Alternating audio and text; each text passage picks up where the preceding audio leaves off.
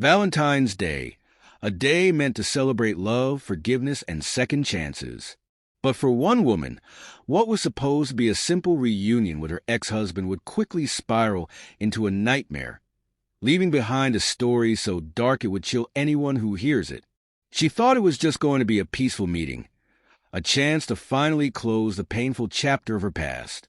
But what began as a seemingly innocent reunion between a husband and wife quickly turned into something far more sinister. He had just been released from jail, and his one request was to see her. What happened next would leave the entire community in shock and disbelief. This isn't just a crime story. It's a tale of obsession, jealousy, betrayal, and the kind of chilling, dangerous love that can push people beyond the edge. And what makes it even more terrifying, his new girlfriend was there, watching everything unfold. Stay with me as we unravel the twisted events of that fateful day. Mike Renshaw was a man with a troubled history, one that was written in violence, anger, and resentment. At 42, Mike had already spent years tangled in the criminal justice system. Born and raised in a rough, crime-ridden neighborhood, Mike's path seemed almost predestined. His childhood was filled with fights, trouble with the law, and a family that had long since given up on him. As a teenager, Mike's run-ins with the law began with petty theft and vandalism, but by the time he was in his 20s, things took a darker turn. A bar fight that escalated out of control led to an aggravated assault charge, a crime so brutal it left another man dead. Mike was sentenced to 7 years in prison for his actions, and during that time, his bitterness only grew. The injustice of it all, in his eyes, was never his fault. Everything that went wrong was someone else's fault. Society's, his family's, and especially hers, his ex-wife Sarah. Sarah had always been the opposite of Mike. She was kind, optimistic, and driven by a sense of hope for a better life. But when she met Mike in her early 20s, her attraction to his dangerous, bad boy persona clouded her judgment. The early years of their relationship were filled with passion and intensity, but beneath the surface, there were signs that something wasn't right. At first, it was just the occasional angry outburst, but those outbursts grew more violent, more unpredictable, as Mike's temper became fueled by alcohol and stress. Their fights became more frequent, the bruises on Sarah more visible. Despite everything, she loved him, and for years, she believed she could change him, that he could be the man she once thought he was. But the abuse kept escalating. One night, after a particularly brutal attack that landed her in the hospital, Sarah made the hardest decision of her life. She filed for divorce, obtained a restraining order, and finally, after years of fear, found the strength to walk away. Even though Mike was behind bars, Sarah couldn't escape the lingering terror. She lived in constant fear, knowing the man she had once loved would someday get out, and when he did, she would have nowhere to hide. Lisa, she was the kind of woman who believed she could fix people. She worked as a bartender in a dive bar not far from the prison, and that's where she met Mike. Lisa was drawn to him like a moth to a flame, convinced that beneath all his anger, he was a man capable of redemption. They began writing to each other, and she was there when he was released from prison after serving 4 years for his assault charge. From the start, their relationship moved fast. Lisa was convinced that she could be the one to save him, that with her love and support, he could start a new life. But in reality, Lisa was enabling his violent tendencies. She overlooked his criminal past, excused his anger, and fueled his need for revenge. As Mike's release date grew nearer, the seeds of resentment and revenge that had festered over the years began to bloom. In Mike's eyes, Sarah was the one who had ruined his life. She had betrayed him, left him, and got away with it. In his mind, she had stolen his future. And now, with Lisa by his side, he had a partner who would help him get back what he had lost, and more. As Valentine's Day approached, Sarah began receiving messages from Mike. At first, they seemed harmless, innocent check-ins, asking how she was doing. But as the days passed, his tone changed. He played on her emotions, reminding her of the good times they had shared, the love they once had. Then, The messages turned darker. He hinted at regret, at wanting closure. Perhaps it was an apology, perhaps not, but Sarah wasn't sure. Friends who spoke to her during this time said she had been hesitant about meeting him, that something felt off.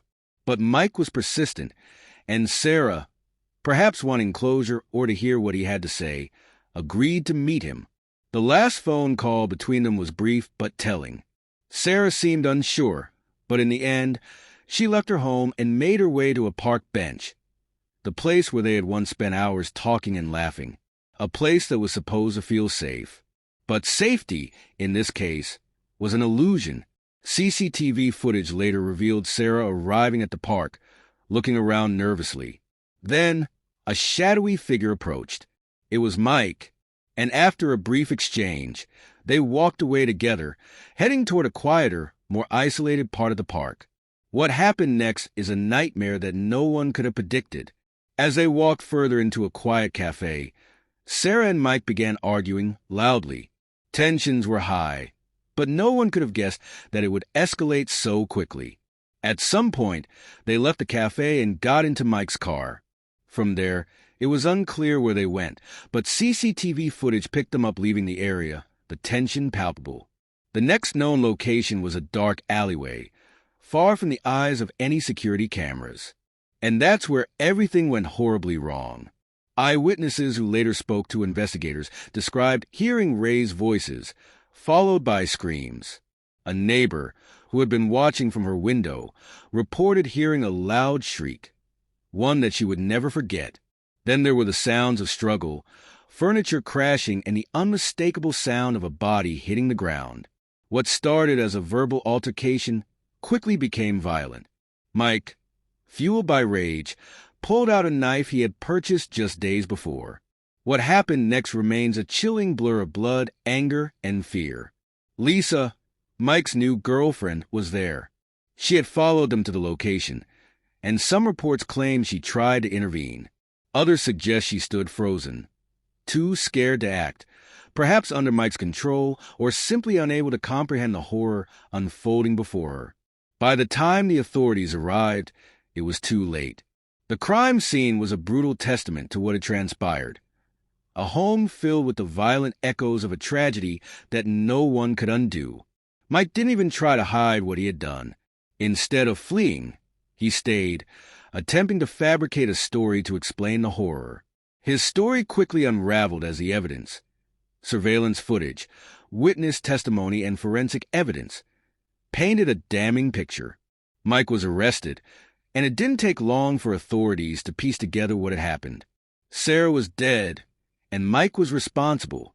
But what role did Lisa play? Was she complicit in the crime, or was she just an innocent bystander caught in the crossfire of a violent and obsessive relationship? The trial that followed was long and intense.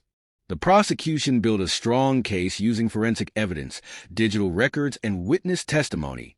It was clear to everyone that Mike had premeditated the attack. But the question remained, was Lisa an unwilling participant, or had she been more involved than anyone realized? The jury deliberated, and on August 19th, the judge handed down a sentence. Mike Renshaw was convicted of first-degree murder and sentenced to life in prison without the possibility of parole. The courtroom was filled with a mix of emotions, relief for justice, but sorrow for the life that had been lost. As for Lisa, she was initially treated as a suspect, but was later cleared of any direct involvement in the crime. The prosecution opted not to pursue charges against her, citing a lack of evidence. But public opinion remained divided. Was she an innocent bystander, or did she know more than she was willing to admit? This tragic story didn't just end with the trial. It sparked a conversation about the dangers of abusive relationships, stalking, and coercive control. Advocacy groups pushed for stronger measures to prevent domestic violence, and many began calling for better protections for those who are targeted by obsessive, manipulative individuals. Sarah's death is a tragic reminder of how quickly love can turn toxic, and how easily emotions can escalate into something deadly.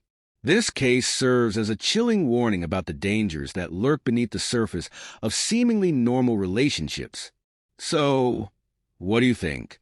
Should Lisa be held responsible for the murder, or was she simply caught in the middle of a toxic relationship?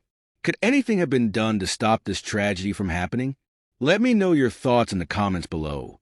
And if you want to hear more stories like this, don't forget to subscribe and hit the notification bell so you never miss a chilling new episode. Thanks for watching, and until next